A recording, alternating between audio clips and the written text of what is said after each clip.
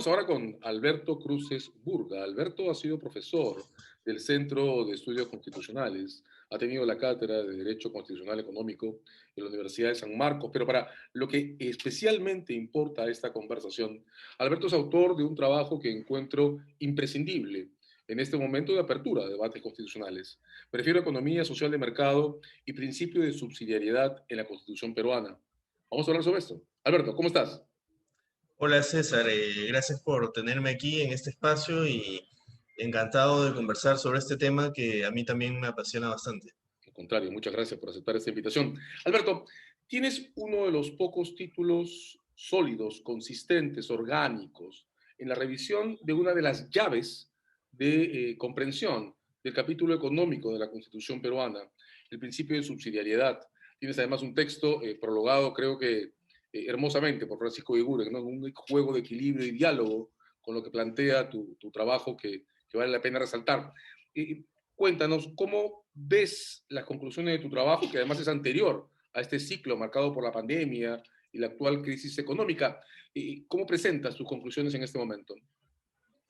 Bien, o sea, en realidad el trabajo surge a raíz de eh, no sé si sea uno de los mejores, pero por lo menos tienes toda la razón en que es uno de los pocos, porque creo que es un tema que se trabajó muy por encima, así como lo vemos ahora, siempre ha sido un tema cargado con mucho tinte político, y eso creo que evitó de que se entrara a profundidad, ¿no? A tomar en serio las disposiciones constitucionales y ver qué estábamos entendiendo por esto de subsidiariedad, ¿no? Justamente lo que motiva el trabajo, es ver o partir de estos mitos y contrastarlos con el texto constitucional, ¿no? O sea, para entrar un poco en materia, ¿no?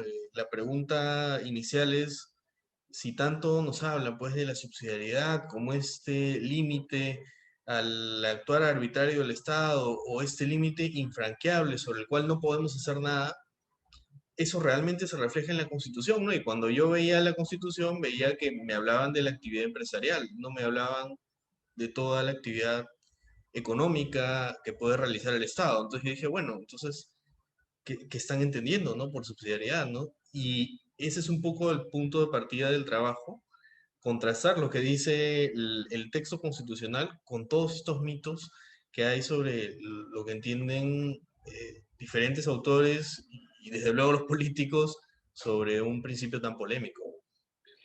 Hace referencia a mitos y eso supone que has encontrado modos de abordaje del significado de esta construcción que no encuentras arreglados a la sistemática de la Constitución.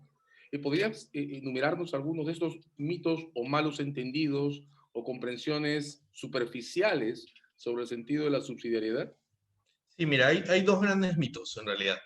Uno es que generalmente quienes proponen, pues, en el debate actual, ¿no? Una nueva constitución y van a la idea de cambiar el rol del Estado en la economía, generalmente lo que plantean es que la subsidiariedad es como una muralla, ¿no? Que no se puede, que es lo que evita que el Estado desarrolle todo su potencial y pueda incidir en la economía, en la prestación de servicios y en el aseguramiento de derechos y sobre todo de derechos sociales, ¿no? Si escuchamos el debate político, nos es muy común oír pues que se dice, no, que el Estado no puede tomar un rol importante en la salud, no ha podido tomar un rol importante en la educación, y nada de eso se puede por el principio de subsidiariedad. Y claro, y ese es un mito, ¿no? O sea, porque el principio de subsidiariedad pareciera que no se puede tumbar, ¿no? Que es un principio que nada puede ir en contra de él. Y eso tiene una serie de problemas de interpretación, ¿no? No se ha concebido así el principio. El principio tiene una vertiente activa, una vertiente pasiva, en la medida que permite la intervención del Estado en la economía siempre que se presenten ciertos factores habilitantes que se van definiendo de acuerdo a los ordenamientos. Entonces, ese es un primer mito, ¿no? Y el otro mito, viene del sector contrario, que defiende la subsidiariedad como si la subsidiariedad fuera el equivalente a decir que el Estado debe abstenerse de cualquier intervención en la economía, bajo la presunción de que cualquier intervención del Estado va a malograr los presupuestos sobre los cuales funciona el mercado, ¿no? Lo cual también es una interpretación errada, porque la subsidiariedad tampoco es una regla absoluta que evita la intervención del Estado. Nuevamente, partimos de dos concepciones totalmente distintas que poco tienen que ver con el desarrollo y la génesis pues, política, filosófica, incluso hasta de fuentes religiosas de lo que está detrás del principio de subsidiariedad, que es esta idea de intervenir de que el poder político pueda intervenir cuando haya razones, factores habilitantes, les he llamado yo, pero en la doctrina se utilizan diferentes razones para intervenir en ayuda de, en este caso, el mercado, ¿no? Cuando hablamos de subsidiariedad horizontal. Estoy entendiendo entonces que tu trabajo encuentras que la construcción subsidiariedad por sí misma podría tener una lectura distinta a la que se sostiene desde un extremo y el otro del espectro, y podría incluso, si te entiendo bien, tener una instrumentalización diferente que promueva a un Estado que haga otro tipo de cosas. ¿Cómo imaginas tú, Alberto, un Estado que utilice inteligentemente la regla de subsidiariedad? No como pretexto para no hacer nada y no como cobertura para cancelar cualquier forma de interpretación, vamos a entender, liberal, social cristiana, de centro o de centro izquierda, de la relación entre Estado y economía. ¿Cuál sería la forma correcta de utilizar positivamente o constructivamente la idea de la subsidiariedad del Estado en la economía?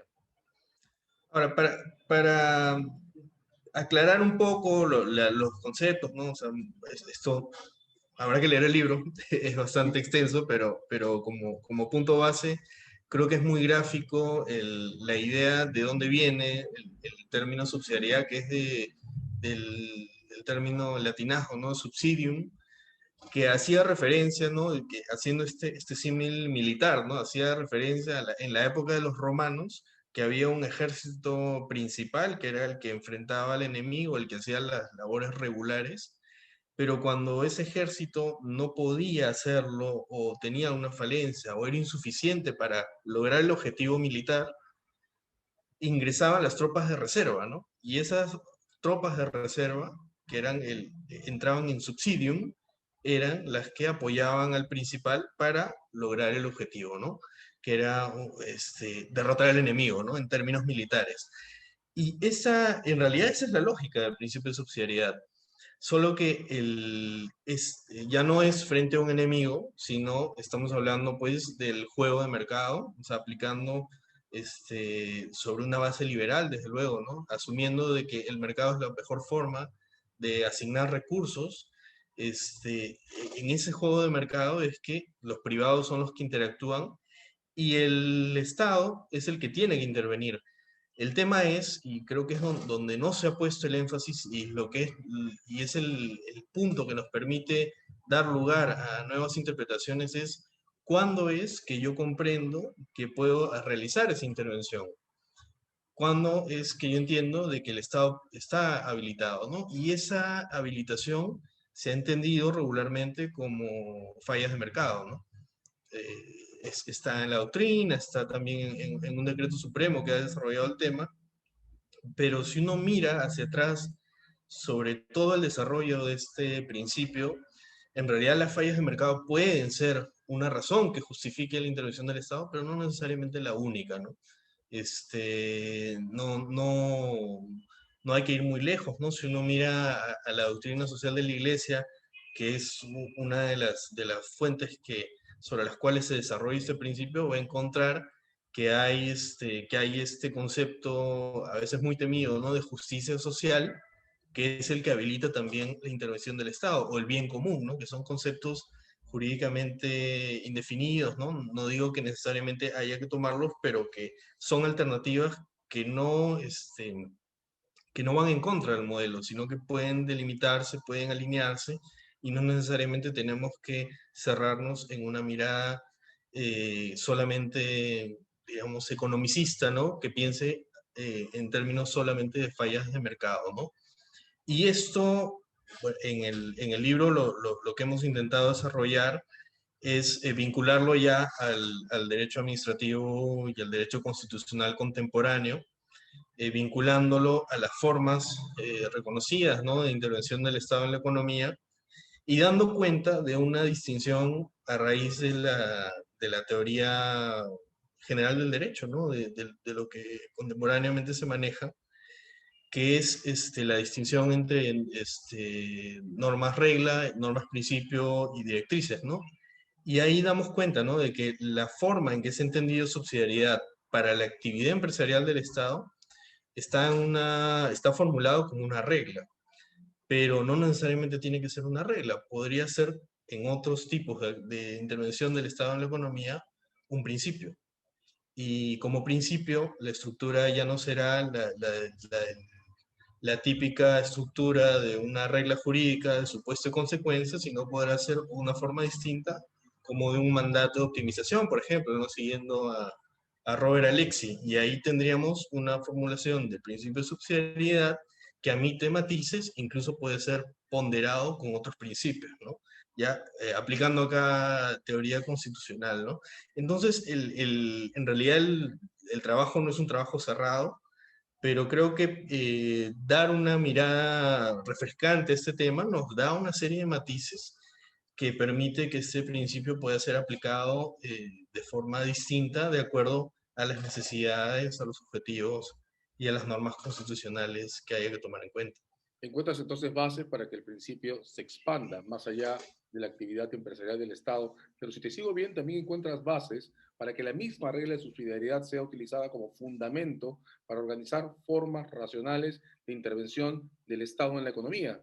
Si te sigo entonces, no es Y que ya correcto. existen, y Por que ya favor. existen. Por ejemplo, hay un ejemplo que se plantea en el libro, ¿no?, que me pareció muy interesante, que está en las normas de los organismos reguladores que están vigentes, ¿no? Son normas, no están en rango legal, están en rango reglamentario, pero hay un reconocimiento del principio de subsidiariedad, y ese principio de subsidiariedad en los reguladores no, no se traduce como el Estado no puede intervenir si es que no se dan tales condiciones. Eso no se traduce en esas reglas, se traduce en un principio que lo que dice es que el Estado no debe regular siempre que verifique que que un mercado funciona correctamente, ¿no? Y tenemos casos resueltos administrativamente en el Perú, donde se ha resuelto aplicando el principio de subsidiariedad ante pedidos de regulación de mercados que estaban eh, libres, ¿no? O sea, sin una regulación previa, una parte solicita que se regule y el Estado hace ese análisis, hace una aplicación del principio de subsidiariedad y decide, bueno, este mercado no necesita regulación, por lo tanto, aplico el principio de subsidiariedad y no regulo. Por lo mismo podría decir, bueno, encuentro razones de interés público, fallas de mercado u otra razón habilitante que me obliga a regular, ¿no? Y ahí ya no estamos hablando de actividad empresarial, estamos hablando de regulación y de una aplicación de un principio con esa estructura en un ámbito que no tiene que ver con la actividad propiamente del Estado. Y eso es algo que tenemos hoy, existe, se han resuelto casos en el Perú, pero como todo está a nivel administrativo, no ha resonado a nivel constitucional, a nivel político, pero creo que es una forma muy interesante de resolver casos aplicando principios sin que, con una interpretación distinta a la que usualmente tenemos del principio de subsidiariedad. Ahora, decías que también podías utilizar una aproximación a la subsidiariedad como directriz y como principio. Pensemos en dos casos en particular. El gas, ¿no? El Perú es uno de los países en la costa pacífico, considerando Colombia y Chile, que tiene mayor déficit de expansión de la red de tubos de gas y menor alcance en el abastecimiento a hogares fuera de Lima de esta energía. Al mismo tiempo, es uno de los países que tiene en las zonas urbano periféricas el agua más cara de la región, por la falta de tuberías, por la falta de abastecimiento y por el uso masivo de camiones cisternas en el agua, en la distribución del agua. Se ha dicho con frecuencia que estas son fallas de mercado y que el mercado debería poder generar maneras de reemplazarla. Tú dirías que más bien el principio de subsidiariedad podría permitir que desde el punto de vista incluso de esta constitución, ahora en revisión, el Estado tome un papel más proactivo en la compensación de estos niveles de distribución de servicios esenciales. Sí, en definitiva, ¿no? O sea, la lectura del principio de subsidiariedad, si escapamos del silogismo jurídico clásico y vamos hacia una mirada directriz o de principio, ¿no? Dependiendo de dónde nos coloquemos, nos lleva a una, a casi, no diré una equivalencia, pero el principio de subsidiariedad se termina pareciendo mucho a algo que conocemos, ¿no? Que es el subprincipio de necesidad dentro del test de proporcionalidad, ¿no? Que es algo que sostiene Oscar Sumar, ¿no? Si uno mira cómo quedaría el funcionamiento de estos principios, básicamente el principio de subsidiariedad lo que te está diciendo es, Estado, antes de intervenir, racionaliza la situación y evalúa si es que es necesario y si esa intervención se va a ajustar al bien o a la finalidad que tú estás buscando, ¿no? Y si esa finalidad tiene algún reconocimiento, ¿no? Que puede ser las fallas de mercado, sí, pero también podrían ser otras finalidades constitucionales. Y acá, por ejemplo, cabe hacer una construcción en base a algunos derechos fundamentales que pueden estar involucrados, ¿no? Como derechos sociales. Entonces, esa argumentación es posible, ¿no? Cuando ya estamos hablando del principio de subsidiariedad en términos de principio. El problema ha estado allí, ¿no? En restringirlo a solamente una mirada de regla, que es la lectura literal, pues, y clásica de lo que dice el artículo 60, ¿no? Interesante, porque lo que tú encuentras entonces es que la subsidiariedad a lo que tendría que conducir es a la justificación económica y constitucional de las formas de intervención del Estado en sectores de la economía, más bien en positivo y no en negativo, no, no como muro de bloqueo. Sin embargo, Y Alberto, es, sí, perdón. no, y no solamente en términos de permitirlo, sino como también está estipulado, ¿no? En las bases de esto, que va de la mano con una obligación, ¿no? O sea, no solamente es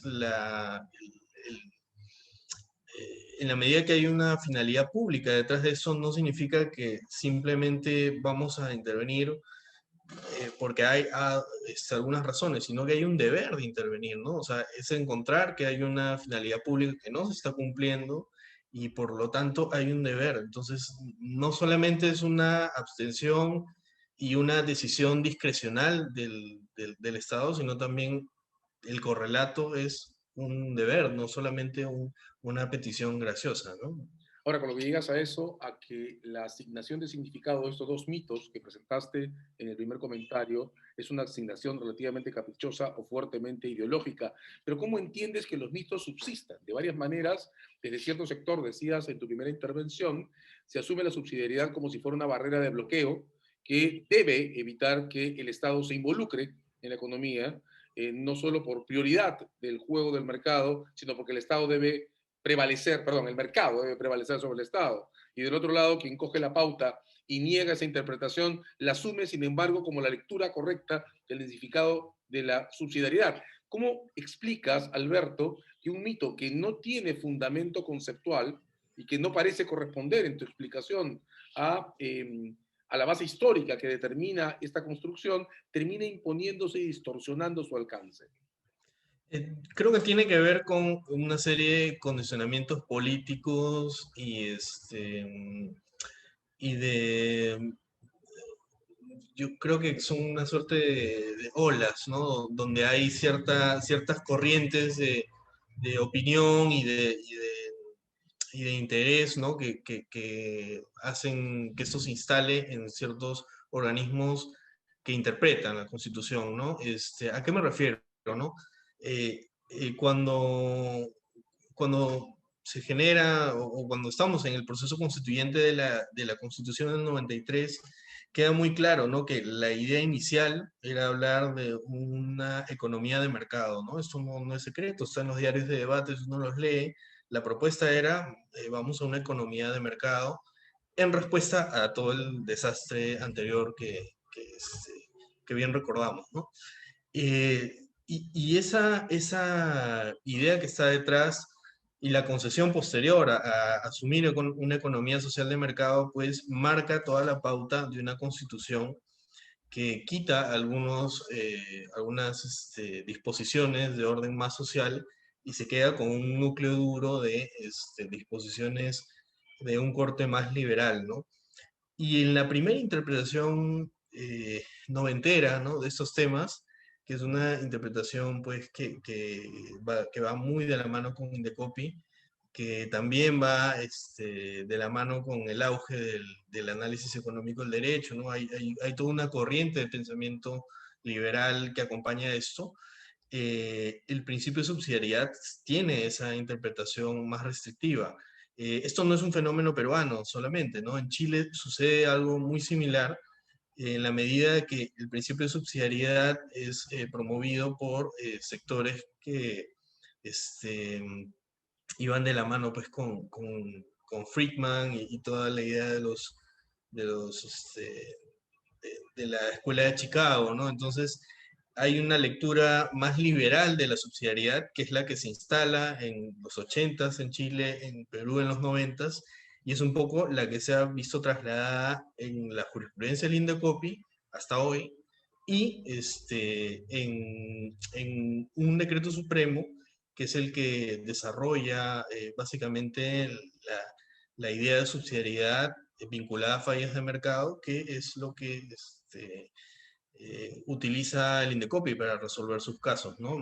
Por ejemplo, es curioso cómo es que esta postura no conversa con la del Tribunal Constitucional, que es muy distinta, ¿no? O sea, tenemos dos grandes intérpretes de lo que se entiende por actividad empresarial del Estado, que son radicalmente distintas de acuerdo a la entidad frente a la que estemos, ¿no? Y no conversan entre sí. O sea, uno, si presenta un caso donde discuta el principio de subsidiariedad, va a tener un resultado si lo resuelve el Indecopi y uno muy distinto si lo lleva por amparo al Tribunal Constitucional, ¿no? Ahora, de varias Y maneras, son posturas que no han conversado. de varias maneras esta discusión extrema que ahora resumes, claro, está mirando hacia el Estado ineficiente de los 80 o la herencia del Estado expansivo de los 70, pero no está mirando el momento actual. El momento actual lo que tenemos es la evidencia concluyente de que el modo de pararse de, el gasto público respecto a determinadas prestaciones sociales, salud, educación, energía, ha sido menos que poco satisfactorio. De varias maneras, la discusión actual supone, creo, un ayornamiento de los puntos de vista que traemos de los 80 y de los 90 para mirar la situación verdaderamente existente, ¿no? La que ha puesto en evidencia la pandemia. Alberto, tú escribiste este texto originalmente antes de la pandemia y has visto con todos nosotros lo que ocurrió, lo que ha ocurrido, lo que sigue ocurriendo con el abastecimiento de oxígeno, con el nivel de prestación y de alcance de la salud, con el escaso alcance del Estado en materia de educación. ¿Cómo mueve o si mueve de alguna manera toda esta situación tu enfoque sobre el modo de abordar la subsidiariedad? Es el momento de dejar un paradigma y pasar al otro, de resignificarla. ¿Cómo se para Alberto Cruces en este instante, después de todo lo que nos ha venido pasando durante este periodo de la pandemia? Hace unos años, cuando yo recién empecé a tocar este tema, 2014, un momento totalmente distinto, una de las primeras cosas que toqué fue el concepto de economía social de mercado.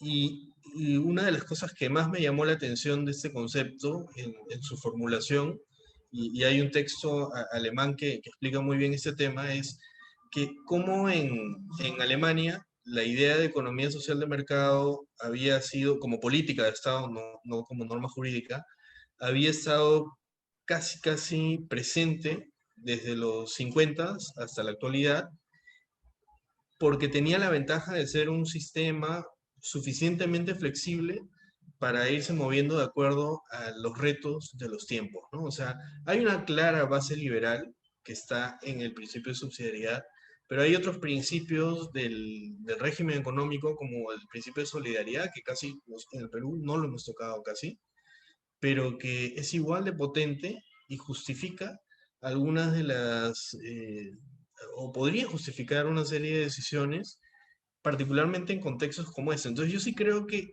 una de las grandes ventajas de la economía social de mercado, dentro de la cual se inserta, ¿no? El principio de subsidiariedad, es esta flexibilidad que le permite mayores facultades de intervención en caso sea necesario al Estado en la economía, ¿no? O sea, este es el modelo económico con el cual Alemania se recupera después de la Segunda Guerra Mundial, ¿no? O sea,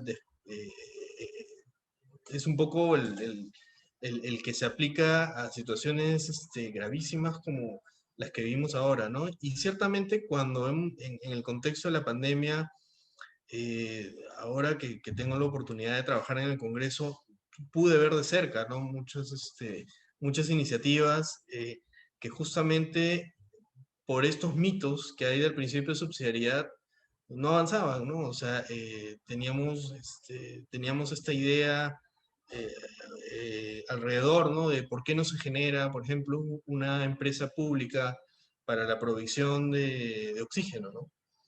Y claro, muchos decían, no, no se puede, ¿no? Por el principio de subsidiariedad, pero a ver, o sea, vamos al principio de subsidiariedad y ¿dónde dice que no se puede? O sea, alto interés público, ¿qué más alto interés público que proveer oxígeno en la pandemia? El problema no estaba allí, el problema estaba en más bien un tema de razonabilidad. ¿Es realmente esa la mejor forma para lograr el objetivo? ¿No? O sea, es un análisis totalmente distinto al de subsidiariedad, ¿no? Entonces, subsidiariedad no era el problema podría ser más bien la razonabilidad de esa alternativa para lograr el objetivo que se quería lograr, que es la aplicación de otro principio constitucional, ¿no? Entonces, finalmente es el mito el que nos ponía la barrera para poder actuar en algo que era perfectamente discutible y se podría haber hecho. Y hay que decir además que, por lo menos en los años 90, el Programa de Naciones Unidas para el Desarrollo y los informes anuales de desarrollo humano han mostrado que hay más de una manera de llenar de contenido, incluso desde perspectivas liberales, construcciones de este tipo, ¿no? Interés público, interés social neto, y todas estas que estás usando tú para tratar de llevar a una discusión desde el punto de vista de la racionalidad, también económica, de los valores sociales obtenidos por una inversión pública, como por ejemplo la que pues, se podría obtener con el oxígeno. Pero Alberto, un poco cerrando, hay un tema que se nos queda en el tintero, y es que estamos pasando por alto que el Perú es uno de los pocos países que tiene una constitución que no solo tiene cláusulas económicas, sino que tiene un detalle de principios económicos tan estrictos como para llegar a este nivel, al de incluir la subsidiariedad en el marco de la Constitución. Francisco comenta esto en la introducción de tu libro y llama la atención sobre esta especie de soledad conceptual de la Constitución del 93. ¿Es necesario que la Constitución del 93 o era necesario que la Constitución del 93 tenga un capítulo económico? Si era necesario en el 93, sigue siendo necesario en el 2021 que este tipo de asuntos sean discutidos a nivel constitucional, o estamos hablando de directrices y principios que también podrían ser discutidos a nivel de los parlamentos, a nivel estrictamente legal. La pregunta que planteas es la pregunta de fondo en todos los países, que es la que lidia con lo que se llama en el derecho comparado la tesis de la neutralidad.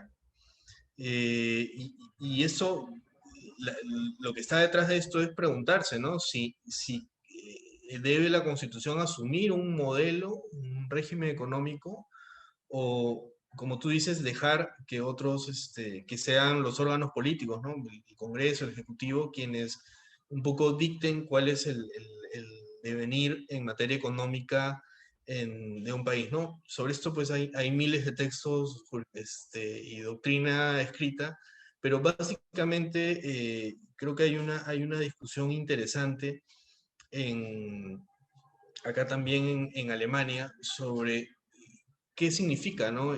Cuando tenemos una constitución que no dice nada, no como la nuestra, sino una constitución que no dice nada sobre cuál es el régimen económico o algunas pautas básicas. Y eso tiene que ver, y siempre hay que analizarlo, creo, en el contexto en el que estamos y el tipo de sociedad que somos, ¿no? Para los alemanes era muy claro de que una constitución que no dice cuál es el régimen, para algunos significaba que se asumía el régimen el modelo económico del partido que está en el gobierno, para otros significaba que, bueno, esa era la economía social de mercado porque ellos eran los que habían estado detrás de la ley fundamental. Y para otros que es la tesis que se sostuvo al final, es una deferencia al Parlamento, ¿no? En un escenario parlamentarista, no como el nuestro, ¿no?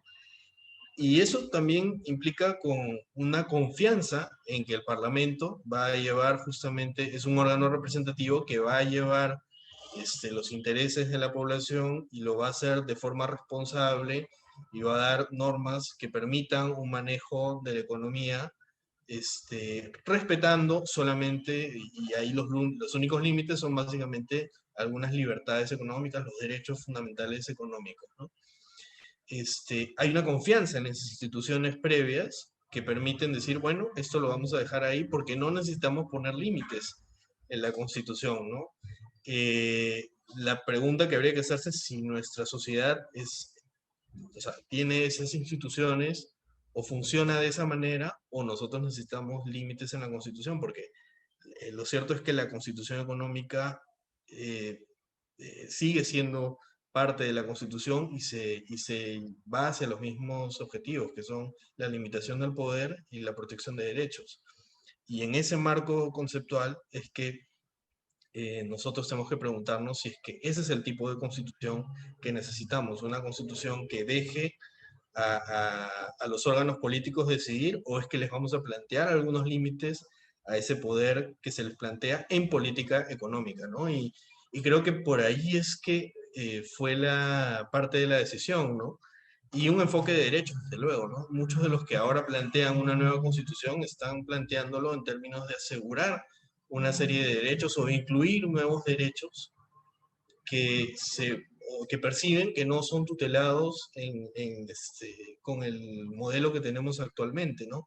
Entonces, la decisión tiene que darse a partir de esos presupuestos institucionales que van más allá del derecho, ¿no? Ya son también parte de la cultura jurídica, y de la cultura política, sobre todo, que impera en el país, ¿no? Yo creo que lo del 93 tal vez fue un exceso, ¿no? Hay una serie de instituciones, como dice Francisco, que hoy tal vez estarían de más, ¿no? Estoy pensando, por ejemplo, en los contratos ley, que siempre han sido muy polémicos y básicamente fueron incluidos para promover inversión, ¿no? No es algo propio de una constitución, pero también habría que pensar en cuáles son esos límites que se necesitaban y qué es lo que tal vez nos oriente a algunas reformas hoy, que, bueno, ahí hay diferentes opiniones, algunos promueven cambiar todo, otros estamos más en la línea de algunos ajustes que perfectamente pueden realizarse para potenciar el funcionamiento de una constitución económica que sigue siendo parte de la constitución y sigue orientada a controlar el poder público y privado y controlar también, fomentar la protección de derechos fundamentales. Has regresado sobre una parte de tu libro que me llamó especialmente la atención, ¿no? Tú llegas al derecho constitucional económico como una especie de transferencia o de construcción que parte tanto del primer cometido de la Constitución, que es el control de la arbitrariedad en el poder. De ahí entiendo que redefinas el concepto como uno que requiere una justificación racional, económica e institucional para organizar la intervención del Estado en la economía, y lo combinas con un segundo cometido constitucional, que es la protección de derechos fundamentales. Pero en este último comentario, y esta es la pregunta con la que quiero cerrar esta conversación, has hecho un balance entre la necesidad de protección o de definición de determinados fundamentos de un modelo económico y la cuestión de la baja representatividad en el Parlamento o la crisis en general del principio de representatividad. Estoy entendiendo que, Alberto, mantendrías la necesidad de discutir en términos constitucionales un capítulo económico con determinados contenidos, más en un momento en que la actividad legislativa está en la crisis de legitimidad que atraviesa toda la región y buena parte de Europa?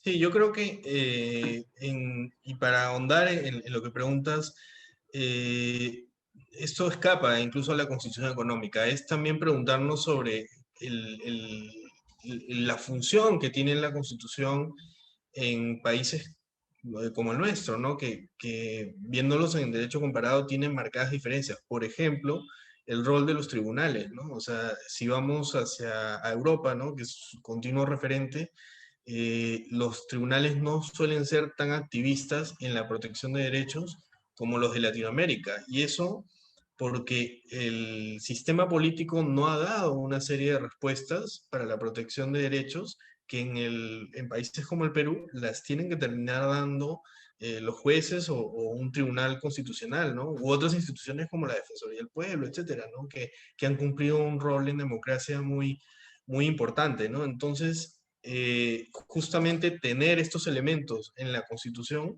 es lo que permite la participación de estas otras entidades que van más allá del juego político tradicional donde se deberían resolver, ¿no? O sea, por poner una nueva comparación con Alemania, ¿no? Que es un poco el referente, y lo menciono varias veces porque es el referente en este tema, ¿no?